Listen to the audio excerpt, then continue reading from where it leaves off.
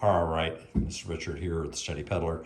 Okay, I'm gonna just real quickly kind of do a bench discussion of battery balancers as they relate to the XPeak and as it relates to these spare batteries that people are now getting. So this is the electric all-wheel balancer that you would use on your XPeak. There are other brands of balancers out there. The only other one that I have tested and that works well is the electromotive mods. Other than that, I think this electric all-wheel one, they're both very, very good quality. So this is a 40 amp balancer. It can handle one battery. The electromotive mods, they have one that can handle up to 4 batteries. But remember, you're going to have to haul all that extra weight along with you. So the connections on this, you have 2 connections for batteries and 1 connection to go to the controller. So how this would be installed is you would install this either in the compartment with your controller on your XPeak or outside of that compartment. And you would then take and use whatever you need as far as length of wires to hook this to the controller. If it's inside the pocket with the controller, you won't need an extension. If you mount this out with the battery or on the back of the seat tube or something like that, then you're going to need an extension cable, and a couple of those are included with the electric all-wheel 40 amp balancer for the XPeak. So you got a couple of extension cables. So then the other 2 wires here, the other 2 connectors, these are XT60 connectors. Inside of your XPeak, there's an XT60 connector right now behind the battery connection plate. And you disconnect that one, connect the controller side here, and you connect the battery side there.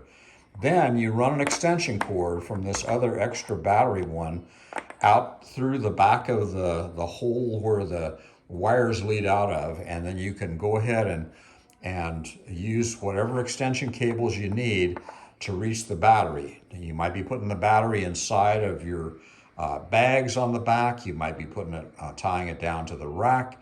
You might be putting it in the triangle if it's a battery that has its own little bag with Velcro fasteners. So now a number of people are getting these extra batteries for the XPeak. And right now, no one is offering an interface plate to this. If you have in mind making connections directly to this, the only obvious caution I'll give you is that if you have a direct short on a battery of this type, you may end up with a very serious situation. So caution. So if you're jury rigging something to connect this battery, these are the 6 contacts that are used by the regular connector plate that is inside the frame. If you're connecting to those, use extreme caution because if you had a direct short, it could be a really bad situation. Now, someone may eventually make a connector plate for this. Electric all-wheel in the past has made a connector plate for 2.0 and 3.0 batteries. They do not have one for this battery.